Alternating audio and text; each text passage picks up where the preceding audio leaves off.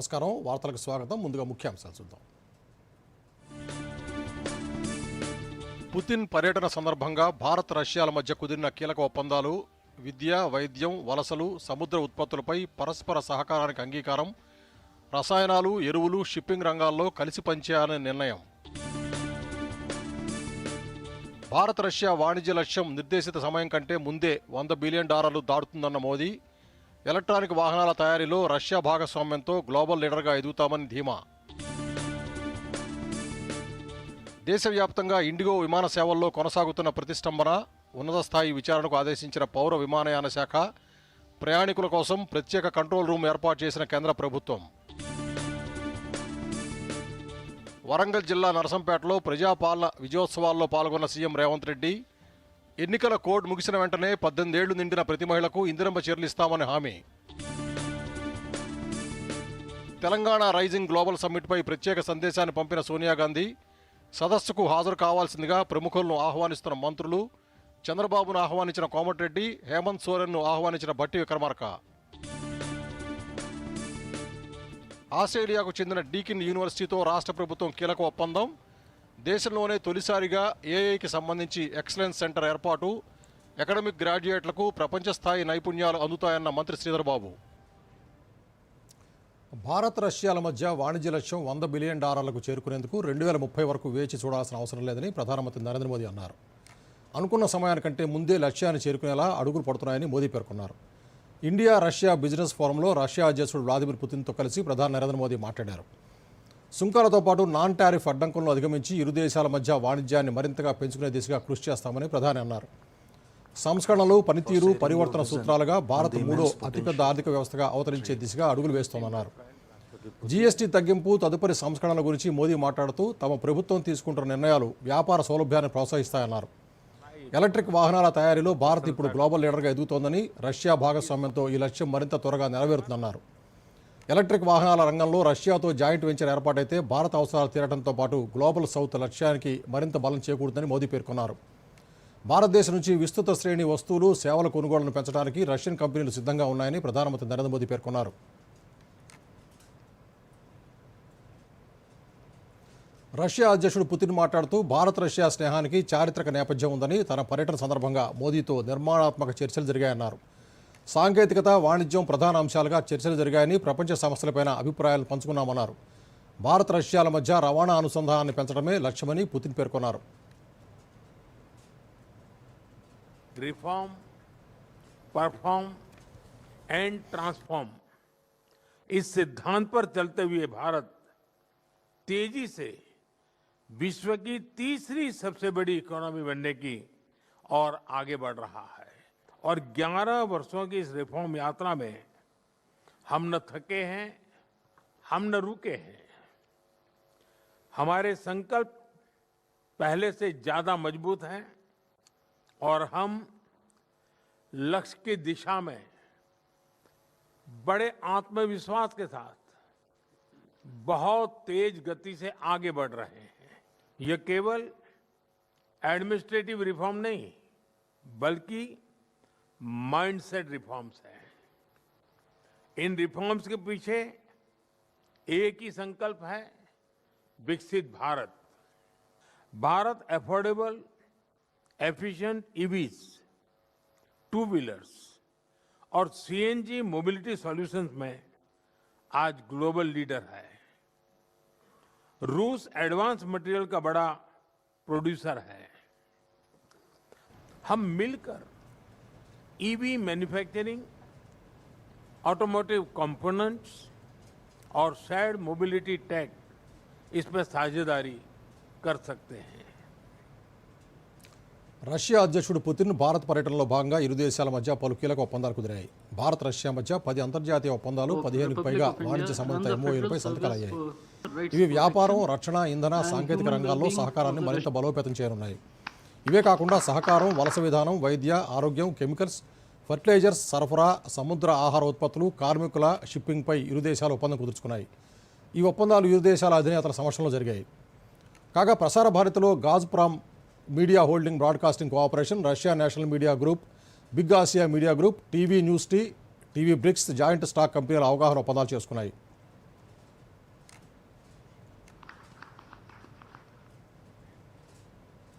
ఢిల్లీ వేదికగా భారత్ రష్యా దేశాల 23వ శిఖరాగ్ర సమావేశాలు జరిగాయి. ఈ సందర్భంగా హైదరాబాద్ హౌస్లో ప్రధానమంత్రి నరేంద్ర మోదీ, రష్యా అధ్యక్షుడు వ్లాదిమిర్ పుతిన్ దాదాపు 5 గంటల పాటు ద్వైపాక్షిక చర్చలు జరిపారు. రక్షణ, ఇంధన, వాణిజ్య, అంతరిక్షం అన్ని రంగాల్లో 15 పైగా ఒప్పందాలపై సంతకాలు కాగా ఉక్రెయిన్ యుద్ధంపై శాంతి ప్రక్రియలో భారత్ పాత్రను పుతిన్ కొనియాడారు. వివరాలు ఇప్పుడు చూద్దాం. రాష్ట్రపతి భవన్లో రష్యా అధ్యక్షుడు పుతిన్కు రాష్ట్రపతి ద్రౌపది ముర్ము, ప్రధాని మోదీ సాదరంగా స్వాగతం పలికారు. త్రివిధ దళాల గౌరవ వందనం స్వీకరించిన పుతిన్ రాజ్ఘాట్లో మహాత్మాగాంధీ సమాధికి పూలమాల వేసి నివాళులర్పించారు. అనంతరం హైదరాబాద్ హౌస్లో మోదీతో ద్వైపాక్షిక చర్చలు ప్రారంభమయ్యాయి. దాదాపు 5 గంటల పాటు జరిగిన ఈ చర్చల్లో రక్షణ, ఇంధనం, వాణిజ్యం, అంతరిక్షం, artificial intelligence, high technology, military technical cooperation అన్ని రంగాల్లో 15కి పైగా నూతన ఒప్పందాలు కుదిరాయి. అనంతరం సంయుక్త మీడియా సమావేశంలో ప్రధాని నరేంద్ర మోదీ మాట్లాడుతూ భారత్ ఎప్పటి నుంచో శాంతిపక్షాన్ని నిలబడిందని తెలిపారు. తాము న్యూట్రల్ కాదు, శాంతిపక్షానే ఉన్నామని స్పష్టం చేశారు. ఉక్రెయిన్ సంక్లిష్టతను శాంతియుతంగా, స్థిరంగా పరిష్కరించే ప్రతి ప్రయత్నానికి తాము మద్దతిస్తామని వెల్లడించారు. పుతిన్ను తన స్నేహితుడు అని పలుమార్లు పేర్కొన్న మోదీ ఈ ఏడాది అక్టోబర్లో కల్మీకియాలో బుద్ధుడి పవిత్ర శేషాలను కోట్లాది మంది భక్తులు దర్శించుకున్నారని తెలిపారు. త్వరలో రష్యా పౌరులకు 30 రోజుల ఉచిత tourist visa, group tourist visa ప్రారంభిస్తున్నట్లు ప్రధాని ప్రకటించారు. मानवता को अनेक चुनौतियों और संकटों से गुजरना पड़ा है और इन सब के बीच भी भारत रूस मित्रता एक ध्रुव तारे की तरह बनी रही है. परस्पर सम्मान और गहरे विश्वास पर टिके ये संबंध समय की हर कसौटी पर हमेशा खरे उतरे हैं. आज हमने इस नींव को और मजबूत करने के लिए सहयोग के सभी पहलुओं पर चर्चा की कि शीघ्र ही हम रूसी नागरिकों के लिए निःशुल्क 30 डे टूरिस्ट वीजा और 30 डे ग्रुप टूरिस्ट वीजा की शुरुआत करने जा रहे हैं. పుతిన్ మాట్లాడుతూ ఉక్రెయిన్ సంక్లిష్టతపై భారత్ ఎప్పటి నుంచో శ్రద్ధ చూపుతోందన్నారు. శాంతి పరిష్కారం కోసం అమెరికాతో కలిసి పనిచేస్తున్నామని వెల్లడించారు. భారత్తో స్నేహం మాటల్లో కాదు, పనుల్లో కనిపిస్తుందని పుతిన్ పేర్కొన్నారు. గత ఏడాది వాణిజ్యం $64 బిలియన్ చేరింది. 2030 నాటికి $100 బిలియన్ చేయాలని లక్ష్యం పెట్టుకున్నట్టు తెలిపారు. రూబుల్ చెల్లింపులు 96% చేరాయని, యూరోపియన్ ఎకనామిక్ యూనియన్తో ఫ్రీ ట్రేడ్ అగ్రిమెంట్ త్వరలోనే కుదురుతుందని ఆశాభావం వ్యక్తం చేశారు. These talks were very useful. They were held in a constructive and a friendly atmosphere, in the spirit of the special and privileged partnership between Russia and India. I would like to point out that we and Prime Minister Modi have established a close working dialogue. In September this year, we met during the SEO summit in Tianjin. We are regularly having telephone calls. We are personally overseeing some aspects of the development of Russian-Indian cooperation, all the strategic avenues, and also we are monitoring the course of the implementation of key bilateral projects. And today, with the participation of our delegations, కూడాంకుళం అణు plant unit 5, 6 వేగవంతం, Arctic ప్రాంతంలో ఇంధన ప్రాజెక్టులు, ship building, make in India ఇవన్నీ ఈ సమావేశంలో కీలకంగా మారాయి. ఈ రాత్రి రాష్ట్రపతి భవన్లో రాష్ట్రపతి ద్రౌపది ముర్ము ఇచ్చిన విందుతో పుతిన్ 2 రోజుల పర్యటన ముగినుంది. భారత్ రష్యా స్నేహం యుద్ధాలు, ఆంక్షలు, ఒత్తిళ్ల మధ్యను చెదరని బంధంగా నిలుస్తోంది. పుతిన్ ఢిల్లీ పర్యటనతో ఈ బంధం మరో స్థాయికి వెళ్ళింది. Bureau report, Doordarshan news. దేశంలోని అతిపెద్ద విమానయాన సంస్థ ఇండిగో సేవల్లో కొన్ని రోజులుగా తీవ్రమైన అంతరాయం ఏర్పడుతోంది. 4 రోజులుగా కొనసాగుతున్న సంక్షోభం వల్ల దేశవ్యాప్తంగా వందలాది విమానాలు రద్దు అవడంతో ప్రయాణికులు తీవ్ర ఇబ్బందులు ఎదుర్కొంటున్నారు. దీనిపై ఉన్నత స్థాయి విచారణ చేపట్టాలని నిర్ణయించినట్టు పౌర విమానయాన శాఖ ఒక ప్రకటనలో తెలిపింది. ప్రయాణికుల కోసం ప్రత్యేక కంట్రోల్ రూమ్ కూడా ఏర్పాటు చేసింది. వివరాలు చూద్దాం. ఇండిగో విమాన సేవల్లో ప్రతిష్టంభన కొనసాగుతోంది. గత 4 రోజులుగా ఇండిగో సంస్థకు చెందిన వందలాది విమాన ప్రయాణాలు రద్దు కాగా మరికొన్ని ఆలస్యంగా నడిచాయి. దీంతో ముందుగానే టికెట్లు బుక్ చేసుకున్న ప్రయాణికులు గంటల తరబడి విమానాశ్రయాల్లోనే వేచి ఉన్నారు. ప్రయాణికులు ఎక్కాల్సిన విమానం వస్తుందో రాదో తెలియని గందరగోళ పరిస్థితులు నెలకొన్నాయి. మరోవైపు ఢిల్లీతో సహా పలు విమానాశ్రయాల్లో వేలాది బ్యాగులు టెర్మినల్లో పేరుకుపోయాయి. దాదాపు 12 గంటలకు పైగా విమానాశ్రయంలోనే ఎదురు చూస్తున్నామంటూ ప్రయాణికులు వాపోయారు. ప్రతి గంటకు సమయాన్ని పెంచుకుంటూ పోతున్నారని, ఖచ్చితంగా విమానం ఎప్పుడు వస్తుందో సిబ్బంది కూడా చెప్పలేకపోతున్నారని ఆగ్రహం వ్యక్తం చేస్తున్నారు. హైదరాబాద్, చెన్నై, గోవా విమానాశ్రయాల్లో కూడా గందరగోళ పరిస్థితులు కొనసాగుతున్నాయి. శంషాబాద్ విమానాశ్రయం నుంచి వెళ్లాల్సిన ప్రయాణికులు దాదాపుగా నిన్నటి నుంచి ఎదురు చూస్తున్నారు. నిన్నటి వరకు ఒక్క శంషాబాద్ విమానాశ్రయం నుంచే 100కు పైగా ఇండిగో విమానాలు రద్దయ్యాయి. దీంతో వందలాది మంది ప్రయాణికులు పడిగాపులు కాస్తూ కనిపించారు. మరికొందరు ప్రయాణాలు రద్దు చేసుకుని వెళ్లిపోతున్నారు. ప్రయాణికులు సిబ్బందితో వాగ్వాదానికి దిగుతూ ఉండడంతో వారిని నియంత్రించడానికి అదనపు భద్రతా సిబ్బంది నియమించారు. గోవాలో ప్రయాణికులకు సిబ్బందికి మధ్య వాగ్వాదం జరగడంతో కాసేపు ఉద్రిక్త పరిస్థితి నెలకొంది. దీంతో పోలీసులు రంగంలోకి దిగి పరిస్థితిని నియంత్రించారు. వివిధ విమానాశ్రయాల్లో శుక్రవారం కూడా 400కు పైగా విమానాలు రద్దయ్యాయి. ఢిల్లీ విమానాశ్రయంలో 220కి పైగా విమానాలు రద్దు కాగా ముంబైలో 118 విమానాలు, బెంగళూరులో 100, హైదరాబాద్లో 75, కోల్కతాలో 35, చెన్నైలో 26, గోవాలో 11 ఇండిగో విమానాలు రద్దయినట్లు డీజీసీఏ ప్రకటించింది. విశాఖపట్నం విమానాశ్రయంలో 49 డిపార్చర్లు, 43 అరైవల్స్ రద్దు కాగా పూణే విమానాశ్రయం నుంచి 16 అరైవల్స్, 16 డిపార్చర్లు రద్దు చేసినట్టు ప్రకటించింది. పూణేలో పార్కింగ్ బేలు ఇండిగో విమానాలతో నిండిపోవడంతో ఇతర ఎయిర్లైన్స్ విమానాల పార్కింగ్కు ఇబ్బంది కలుగుతోంది. ఇండిగో మినహా మిగతా సంస్థల విమానాలు యథావిధిగానే కార్యకలాపాలు కొనసాగిస్తున్నాయి. అయితే ఇండిగో విమానాలే రద్దు కావడంపై రకరకాల కారణాలు వినిపిస్తున్నాయి. ఫ్లైట్ డ్యూటీ టైం లిమిటేషన్స్ నూతన దశ అమల్లో వచ్చిన మార్పులకు అనుగుణంగా ఇండిగో సంస్థ అదనపు సిబ్బందిని నియమించుకోకపోవడం ప్రధాన కారణంగా చెబుతున్నారు. ఫలితంగా పైలట్ల కొరతతో ఆ సంస్థ విమాన ప్రయాణాలు రద్దు చేయాల్సి వస్తోందంటున్నారు. మరోవైపు ఇండిగో సంస్థకు చెందిన క్రూ ప్లానింగ్లో లోపాలు కూడా స్పష్టంగా కనిపిస్తున్నాయని, సిబ్బంది కొరత కూడా ఉన్నట్టు తేలిందని డీజీసీఏ తెలిపింది. ఇండిగో విమాన సర్వీసుల సంక్షోభంతో వేలాది మంది ప్రయాణికులు అవస్థలు పడుతున్న నేపథ్యంలో director general of civil aviation కీలక నిర్ణయం తీసుకుంది. పైలట్ల విధులకు సంబంధించి ఇండిగోకు ఊరట కల్పించేలా నిబంధనలను కాస్త సడలించింది. పైలట్ల వీక్లీ రెస్ట్ నిబంధనల్లో మార్పులు చేసింది. ఈ మేరకు శుక్రవారం ప్రకటన విడుదల చేసింది. తమ సంస్థకు చెందిన విమాన ప్రయాణాలు రద్దు కావడం ఆలస్యం అవుతూ ఉండడంపై ఇండిగో స్పందించింది. ప్రయాణికులకు కలుగుతున్న అసౌకర్యానికి క్షమాపణలు కోరింది. ప్రయాణికులకు మెరుగైన సేవలు అందించలేకపోయామని సంస్థ సీఈఓ పీటర్ ఎల్బర్స్ విచారం వ్యక్తం చేశారు. వచ్చే ఏడాది ఫిబ్రవరి 10 వరకు ఇండిగో విమాన ప్రయాణాలు సాధారణ స్థితికి చేరుకోలేవని ఒక ప్రకటనలో తెలిపింది.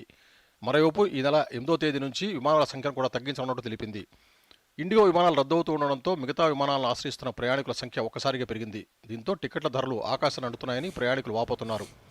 ఇప్పటికైనా కేంద్ర ప్రభుత్వం జోక్యం చేసుకుని టికెట్ల ధరలు అందుబాటులో ఉండేలా చూడాలని కోరుతున్నారు. Bureau report, Doordarshan news. ఇప్పుడు ప్రకటనలు.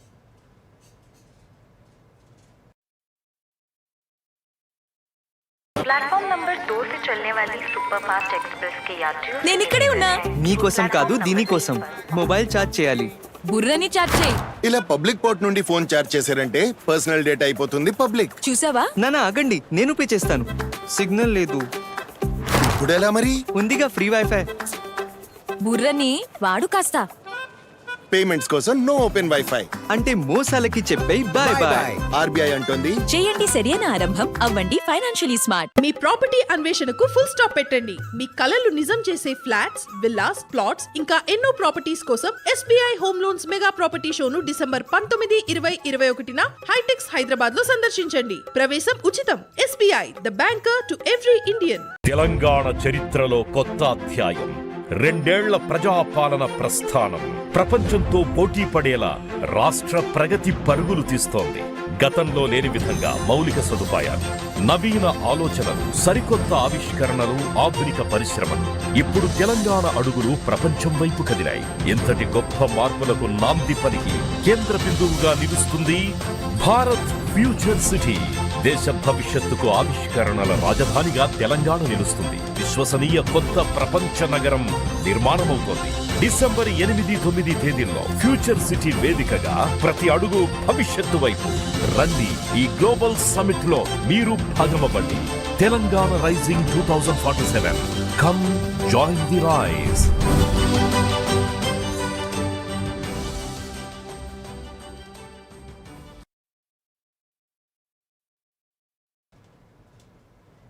వార్తల్లోకి తిరిగి స్వాగతం. ప్రజాపాలన, ప్రజా విజయోత్సవాల్లో భాగంగా వరంగల్ జిల్లా నరసంపేటలో ముఖ్యమంత్రి రేవంత్ రెడ్డి పర్యటించారు. ఈ సందర్భంగా ఏర్పాటు చేసిన బహిరంగ సభలో ముఖ్యమంత్రి మాట్లాడుతూ గత 10 ఏళ్ల బీఆర్ఎస్ పాలనలో నరసంపేట అభివృద్ధికి నోచుకోలేదన్నారు. వరి వేసే రైతులను గత ప్రభుత్వం ప్రోత్సహించకపోగా వరి వేయొద్దని హెచ్చరించారన్నారు. కాంగ్రెస్ ప్రభుత్వం అధికారంలోకి వచ్చాక సన్న వడ్లను పండిస్తున్న రైతులను ప్రోత్సహించడం కోసం క్వింటాలకు 500 రూపాయల బోనస్ ఇస్తున్నామని, ఉచిత విద్యుత్ అందిస్తున్నామన్నారు. సామాన్యుల సంక్షేమం కోసం 10 లక్షల రేషన్ కార్డులు ఇచ్చి సన్నబియ్యం పంపిణీ చేస్తున్నామని చెప్పారు. మహిళలకు ఉచిత బస్సు సదుపాయం, నిరుద్యోగులకు ఉద్యోగాలు ఇచ్చామన్నారు.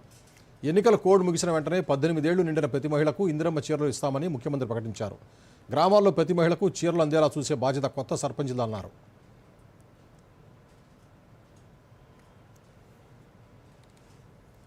ఈనాడు ఇందిరమ్మ పాలనలో మీరు వరి పండించండి, మీరు పండించిన చివరి గింజ వరకు ఈ ప్రభుత్వం కొనుగోలు చేస్తుంది. మీరు సన్న వడ్లు పండించండి, 500 రూపాయల బోనస్ ఇచ్చి మిమ్మల్ని ఆదుకుంటాం. మీకు గిట్టుబాటు ధరనే కాదు, వ్యవసాయాన్ని లాభసాటిగా చేస్తామని చెప్పి ఈనాడు మన ప్రభుత్వం నిర్ణయం తీసుకున్నది. రైతు భరోసాలో భాగంగా 9,000 కోట్ల రూపాయలు 3 నెలల కింద రైతు భరోసా పథకంలో ఇచ్చినాం. లక్షలాది రేషన్ కార్డులు ఇచ్చి, అదే విధంగా ఒకవేళ మన ఆడబిడ్డ పెళ్ళై అత్తగారింటికి పోతే అత్తగారింట్లో ఆడబిడ్డ పేరు నమోదు చేపించి ఇవాళ దాదాపుగా రాష్ట్రంలో 1,10,00,000 రేషన్ కార్డులు ఇవాళ తెలంగాణ రాష్ట్రంలో ఈ ప్రభుత్వము ఇస్తున్నది. 3,10,00,000 మంది తెలంగాణ బిడ్డలకు ఈ ప్రభుత్వం సన్న బియ్యం ఇస్తుంది.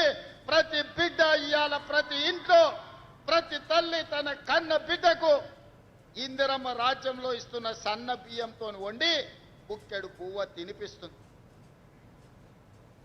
2034 నాటికి తెలంగాణను $1 ట్రిలియన్ ఆర్థిక వ్యవస్థగా మార్చే దిశలో తెలంగాణ రైజింగ్ గ్లోబల్ సమ్మిట్ కీలక భూమిక పోషిస్తుందని కాంగ్రెస్ పార్లమెంటరీ పార్టీ నేత సోనియా గాంధీ ఆశాభావం వ్యక్తం చేశారు. ఈ నెల 8, 9 తేదీల్లో రాష్ట్ర ప్రభుత్వం తెలంగాణ రైజింగ్ గ్లోబల్ సమ్మిట్ నిర్వహిస్తున్న నేపథ్యంలో హర్షం వ్యక్తం చేస్తూ ప్రత్యేక సందేశాన్ని పంపారు. రాష్ట్ర అభివృద్ధి కోసం ప్రభుత్వం చేస్తున్న కృషి విజయవంతం కావాలని ఆకాంక్షించారు. తెలంగాణ అభివృద్ధికి కీలకమైన ప్రాజెక్టులు సాకారం కావడానికి భాగస్వాములుగా చేరాలనుకునే వారికి సదస్సు వేదికగా నిలుస్తుందన్నారు. తెలంగాణలోని మానవ వనరులు, సహజ వనరులు, ప్రజల వ్యాపార నైపుణ్యం, అంతర్జాతీయ ప్రతిభ, సాంకేతిక నైపుణ్యాల అభివృద్ధికి ఈ సమ్మిట్ మరింత దోహదపడుతుందని సోనియా గాంధీ తెలిపారు.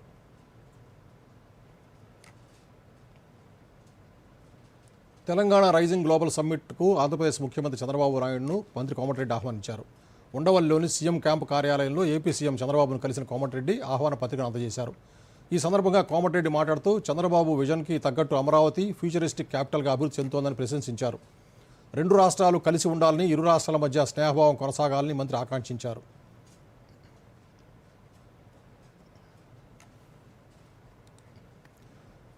తెలంగాణ రైజింగ్ గ్లోబల్ సమ్మిట్కు జార్ఖండ్ సీఎం హేమంత్ సోరెన్ను తెలంగాణ ఉప ముఖ్యమంత్రి బట్టి విక్రమార్క ప్రత్యేకంగా ఆహ్వానించారు.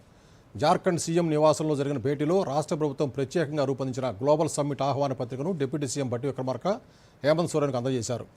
నీతి ఆయోగ్ సలహాలు, నిపుణుల మేధోమథనం, పలు కార్యాచరణ రంగాల సమగ్ర విశ్లేషణ ఆధారంగా రూపొందించిన ఈ విజన్ డాక్యుమెంట్ను హైదరాబాద్ భారత్ ఫ్యూచర్ సిటీలో డిసెంబర్ 8, 9 తేదీల్లో జరిగే గ్లోబల్ సమ్మిట్లో ఆవిష్కరిస్తున్నట్టు ఉప ముఖ్యమంత్రి బట్టి విక్రమార్క తెలిపారు.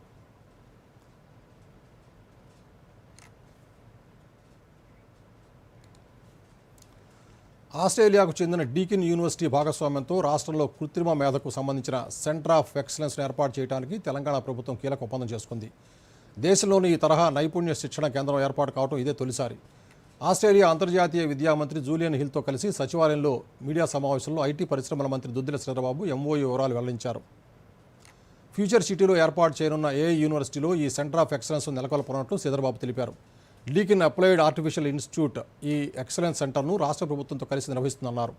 కాలేజీల నుంచి అకాడమిక్ గ్రాడ్యుయేట్లు కాకుండా ప్రపంచ స్థాయి నైపుణ్యాలతో కూడిన ప్రతిభావంతులు తయారు చేయాలన్న లక్ష్యంతో ఆస్ట్రేలియా ప్రభుత్వంతో ఈ భాగస్వామ్య ఒప్పందం చేసుకున్నట్లు శ్రీధరబాబు వెల్లడించారు.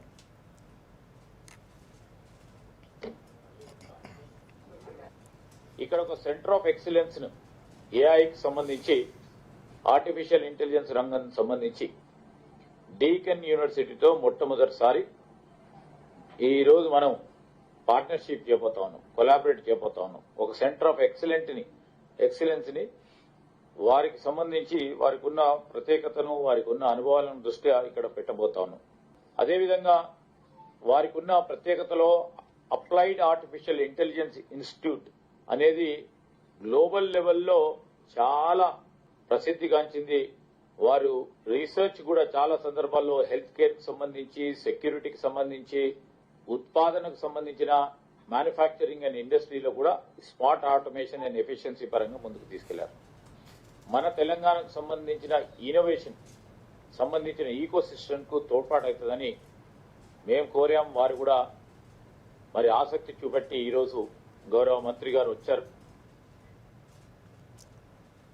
తమ ప్రభుత్వం వచ్చాక పేదలకు అనేక సంక్షేమ కార్యక్రమాలు చేపట్టామని మంత్రి పొంగులేటి శ్రీనివాసరెడ్డి అన్నారు.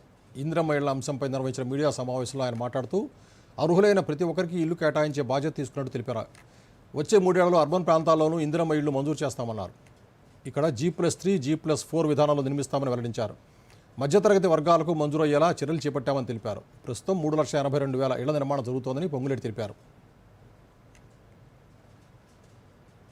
ఈ మురికివాడలు ఉన్న ప్రాంతంలో అక్కడ ప్రభుత్వ స్థలాలు కానీ ఆ పేదవాడికి ఉన్న చిన్న గుడిసె ఉన్న ప్రాంతంలో కానీ అదే ప్రాంతంలో ఐరేజ్ బిల్డింగ్లు 15 ఫ్లోర్లో 20 ఫ్లోర్లో కాకుండా గ్రౌండ్ +3/4 మాక్సిమం ఫ్లోర్ 4 లోపే కట్టి ఆ పేదవాడు పొద్దున్నే లెగటంతోనే తన చిరు వ్యాపారం కానీ ఏదైనా చిన్న కంపెనీలోనో ఆ ప్రాంతంలో తన జీవనోపాధికి చేసుకునే వసతులు కల్పించే ప్రాంతంలోనే ఇల్లు ఇవ్వాలనే ఆలోచనతో ఈ ప్రభుత్వం అటువంటి ప్రణాళికతో రాబోయే రోజుల్లో ఒక క్లారిటీ ఇవ్వనుంది. హౌసింగ్ సెక్టార్ 2047 నాటికి తెలంగాణను $1 ట్రిలియన్ ఆర్థిక వ్యవస్థగా తీర్చిదిద్దడమే రాష్ట్ర ప్రభుత్వ లక్ష్యమని రాష్ట్ర వ్యవసాయ శాఖ మంత్రి తుమ్మల నాగేశ్వరరావు అన్నారు. తెలంగాణ రైజింగ్ గ్లోబల్ సమ్మిట్ ఏర్పాట్లను సచివాలయంలో మంత్రి సమీక్షించారు. ఈ సందర్భంగా సమ్మిట్లో ప్రదర్శించాల్సిన ఏవీల కంటెంట్పై అధికారులకు దిశానిర్దేశం చేశారు. తెలంగాణ వ్యవసాయ రంగం అభివృద్ధి సామర్థ్యాలు, విదేశీ పెట్టుబడి అవకాశాలు, భవిష్యత్ విజన్ స్పష్టంగా ప్రతిబింబించేలా ఏవీలను రూపొందించాలన్నారు. వ్యవసాయ రంగమే రాష్ట్ర ఆర్థిక లక్ష్య సాధనలో అత్యంత కీలక పాత్ర పోషిస్తుందన్నారు. రైతు ఆదాయం పెరగడం, ఉత్పాదకత పెరుగుదల, విలువ ఆధారిత వ్యవసాయ విస్తరణ, ఎగుమతుల పంపు ఇవన్నీ $1 ట్రిలియన్ ఆర్థిక లక్ష్యాన్ని సాధించడానికి అత్యంత కీలక అంశాలన్నారు. వీటిని దృష్టిలో ఉంచుకుని రాష్ట్ర వ్యవసాయ రంగంలో ఉన్న అవకాశాలను చాటి చెప్పేందుకు గ్లోబల్ సమ్మిట్ను ఉపయోగించుకోవాలని తుమ్మల నాగేశ్వరరావు అధికారులకు సూచించారు.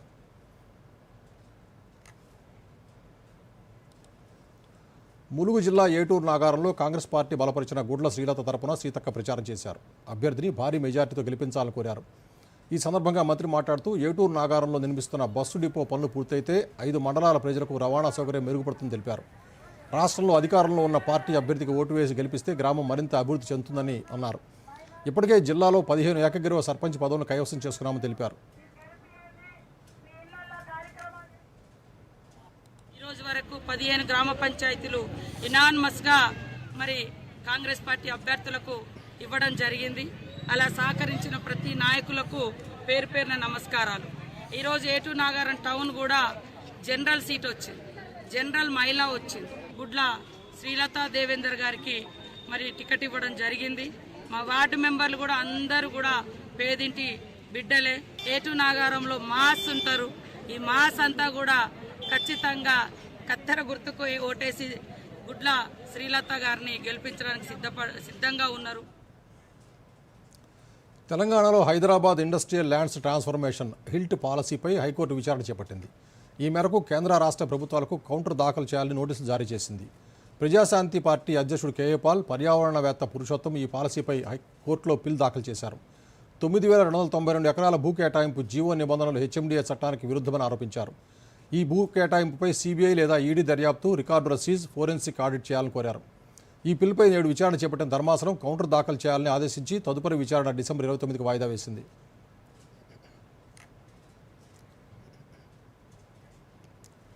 హైడ్రా కమిషనర్ ఏవి రంగనాథ్ తెలంగాణ హైకోర్టులో వ్యక్తిగతంగా హాజరై క్షమాపణలు చెప్పారు. అంబర్పేట బతుకమ్మ గుంట పరిరక్షణకు సంబంధించి జూన్ 12న ఇచ్చిన స్టేటస్ కో ఆదేశాలను ఉల్లంఘించినట్లు భూ యజమాని ఎట్ల సుధాకర్ రెడ్డి దాఖలు చేసిన కోర్టు ధిక్కరణ పిటిషన్పై ఈ హాజరు జరిగింది. కోర్టు ఆదేశాలు తెలియకుండానే పనులు జరిగాయని, భవిష్యత్తులో ఎలాంటి పొరపాటు జరగకుండా చూసుకుంటామని రంగనాథ్ అఫిడవిట్లో పేర్కొన్నారు. రంగనాథ్ వాదనలు విన్న ధర్మాసనం క్షమాపణ రికార్డు చేసుకుని కంటెంప్ట్ పిటిషన్ కొట్టివేసింది.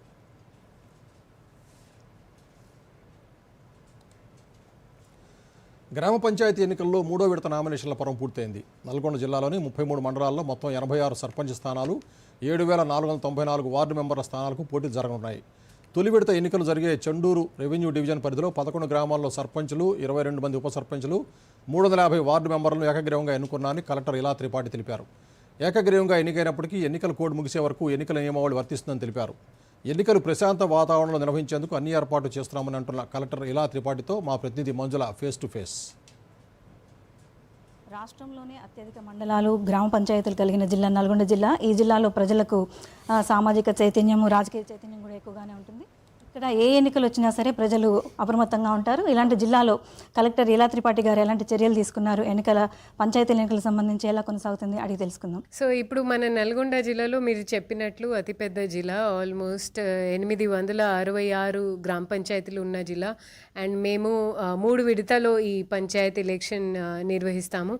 ఇప్పుడు ఇటీవల యాజ్ ఆఫ్ 5th నాడు మనకి 3వ ఫేజ్ ఆఫ్ నామినేషన్ నడుస్తూ ఉంది.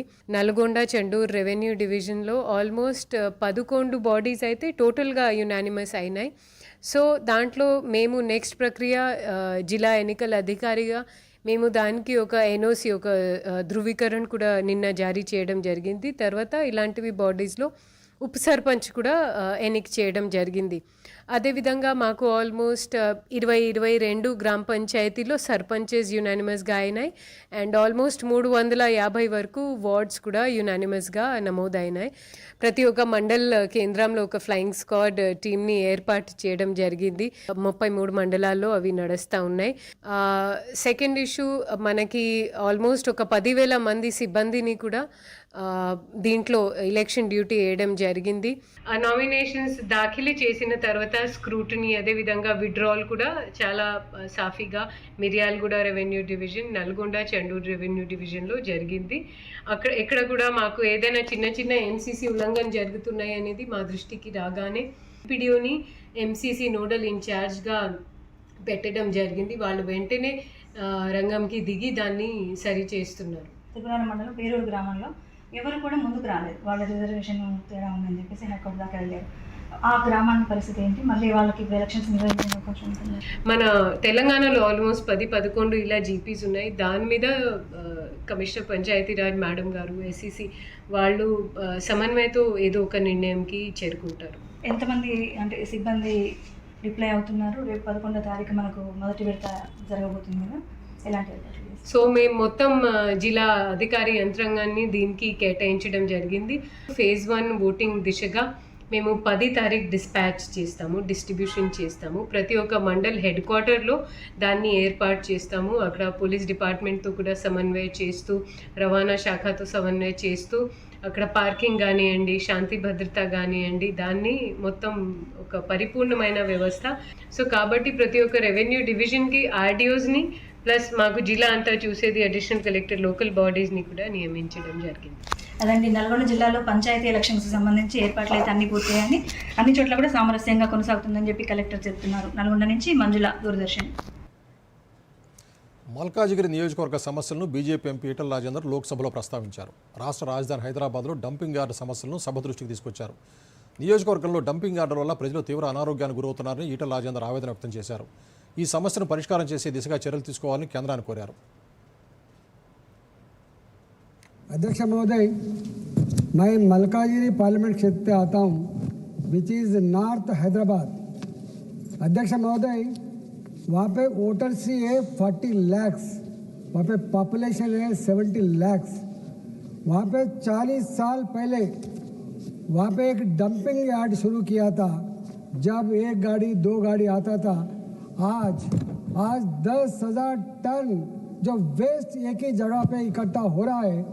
वहाँ पे लाखों लोग 30 किलोमीटर रेडियस में जो गंदा हवा फैलता है, जो पूरा कीड़ा, जो लोगों को हेल्थ के बारे में बहुत दिक्कत हो रहा है. चारों तरफ वो अरेंजमेंट करना बोल के जजमेंट दिया था, आज तक वो इम्प्लीमेंटेशन नहीं हुआ था. हमारा पर्यावरण मिनिस्टर यहीं बैठा है. मेरा मांग है हमारा मंत्री जी से, जो जजमेंट को अमल करके वो हमारा लोगों को जो हेल्थ एंड स्वास्थ्य करना जरूर है बोल के हमारा रिक्वेस्ट है. తెలంగాణలో ఉష్ణోగ్రతలు క్రమంగా పడిపోతూ చలి తీవ్రత పెరుగుతోంది. దిత్వా తుఫాను ప్రభావమే ఇందుకు కారణంగా తెలుస్తోంది.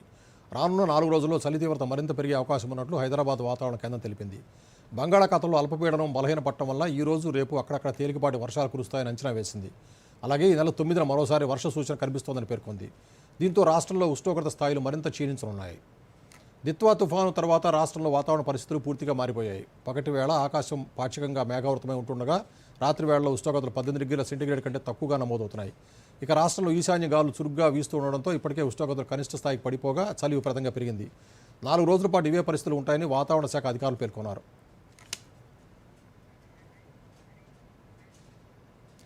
మరోసారి ముఖ్యాంశాలతో వార్తలు ముగిద్దాం. నమస్కారం.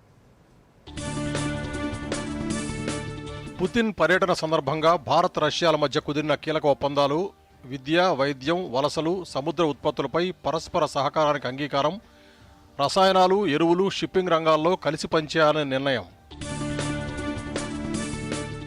భారత్ రష్యా వాణిజ్య లక్ష్యం నిర్దేశిత సమయం కంటే ముందే $100 బిలియన్ దాటుతుందన్న మోదీ, ఎలక్ట్రానిక్ వాహనాల తయారీలో రష్యా భాగస్వామ్యంతో గ్లోబల్ లీడర్గా ఎదుగుతామని ధీమా. దేశవ్యాప్తంగా ఇండిగో విమాన సేవల్లో కొనసాగుతున్న ప్రతిష్టంభన, ఉన్నత స్థాయి విచారణకు ఆదేశించిన పౌర విమానయాన శాఖ, ప్రయాణికుల కోసం ప్రత్యేక కంట్రోల్ రూమ్ ఏర్పాటు చేసిన కేంద్ర ప్రభుత్వం. వరంగల్ జిల్లా నరసంపేటలో ప్రజాపాలన విజయోత్సవాల్లో పాల్గొన్న సీఎం రేవంత్ రెడ్డి, ఎన్నికల కోడ్ ముగిసిన వెంటనే 18 ఏళ్లు నిండిన ప్రతి మహిళకు ఇందిరమ్మ చీరలు ఇస్తామని హామీ.